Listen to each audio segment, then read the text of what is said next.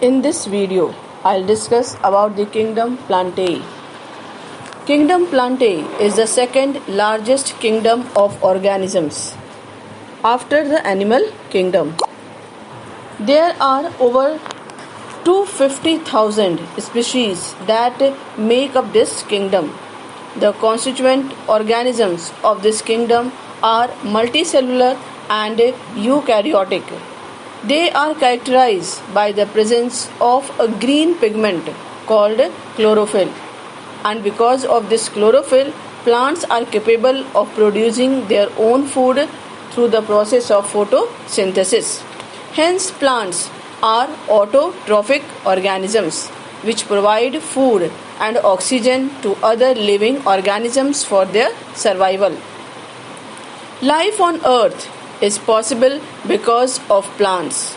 The plant kingdom can further be divided into algae, mosses, ferns, and flowering plants. So let's start with the algae. Algae are aquatic in habitat. These may be unicellular or multicellular. They are usually green, having chlorophyll. Example, Spirogyra. Some algae, however, have colors like red and brown also. Next is the difference between the algae and fungi. Because about the fungi you have studied, so let's discuss the difference between the algae and fungi. In algae, chlorophyll present, whereas in fungi, chlorophyll absent. In algae, photosynthetic organisms synthesizing their own food, whereas in fungi, heterotrophic organisms usually living on dead and decaying organic matter, and they are called as saprotrophs. Algae are mostly aquatic, found in fresh as well as marine water, and fungi are mostly terrestrial, that is growing on land. In algae, the body is not differentiated into root, stem and leaves and is known as a thallus, whereas in fungi, the body is composed of thread-like structures called hypha and is known as mycelium. Examples of algae are Spirogyra, Ulothrix, etc. Whereas example of fungi, Agaricus, Penicillium, etc.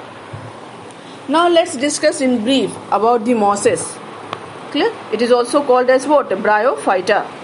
Mosses grow as green velvety layers in moist places like damp soil, on the bark of trees and on damp walls.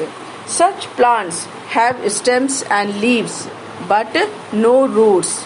Instead, they have thread-like structures called rhizoids which stick to the surface and absorb water. They are also called as amphibians of the plant group as they need water to reproduce. So if the question is name the Plantae which is called the amphibians of the plant group, then the answer will be what? Bryophyta or mosses. Next is ferns or pteridophyta. Ferns are grown in most of the gardens for their beautiful leaves. They bear well-formed leaves, stems and roots, but do not produce flowers and seeds. Their leaves produce small rounded bodies on their undersurface. These bodies contain tiny spores which get scattered to produce new plants.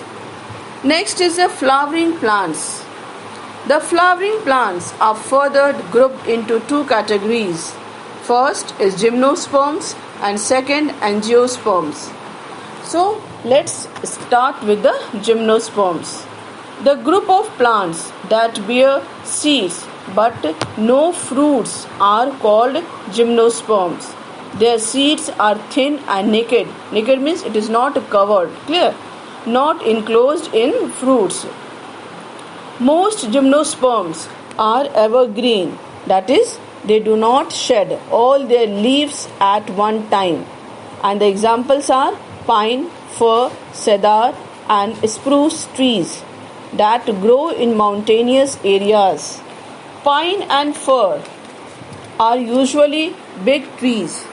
They do not bear true flowers, but they bear seeds inside the cones. Some cones are male while others are female. Next is angiosperm, the group of plants which bear flowers, fruits and seeds are known as angiosperms. Their seeds are enclosed in a fruit, and the examples are cashew nut, mango, peas, etc. In angiosperms, the seeds develop within the female part of the flower called ovary. The ovary grows into a fruit containing the seeds inside.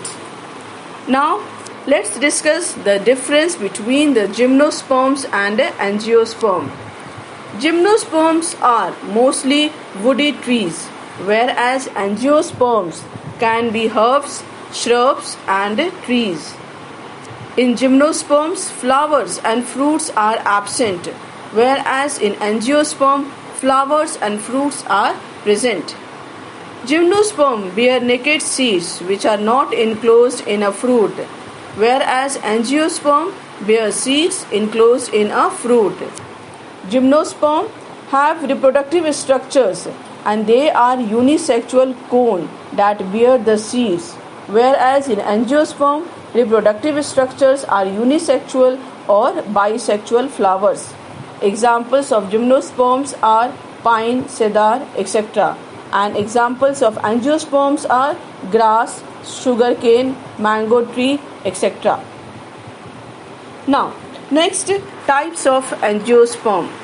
Cotyledons are seed leaves that store food and form the bulk of the seed. On the basis of their number, angiosperms are divided into two categories. First, monocotyledons and the second one is dicotyledons. Monocotyledons containing only one cotyledon or one seed leaf in their seeds. Examples are rice, grass, maize. And dicotyledons containing two cotyledons or two seed leaves in their seeds. And the examples are rose, balsam, mango, sunflower, pea, brinjal, etc. Now, the difference between the monocotyledons plant and dicotyledons plant. Monocotyledons plant. In monocotyledons plant, seeds have a single cotyledon, whereas in dicotyledons plant, seeds contain two cotyledons. In monocotyledons plant, leaves have parallel venation, whereas in dicotyledons plant, leaves with reticulate venation. We have discussed about the parallel venation and reticulate venation in the earlier video also. Clear? So in parallel venation, what? The veins are parallel to each other, whereas in reticulate venation, veins are not parallel. They form a what? Network-like structure. Now, the third difference between the monocotyledons and dicotyledons is in monocotyledons adventitious root system is present, whereas in dicotyledons tap root system is present. In monocotyledons stem usually hollow, whereas in dicotyledons stem mostly solid. Examples of monocotyledons rice and grass, whereas examples of dicotyledons pea and rose. Clear? So next topic I'll discuss in the next video. Till then, dear students, please subscribe my channel, share it and like it. Thank you very much.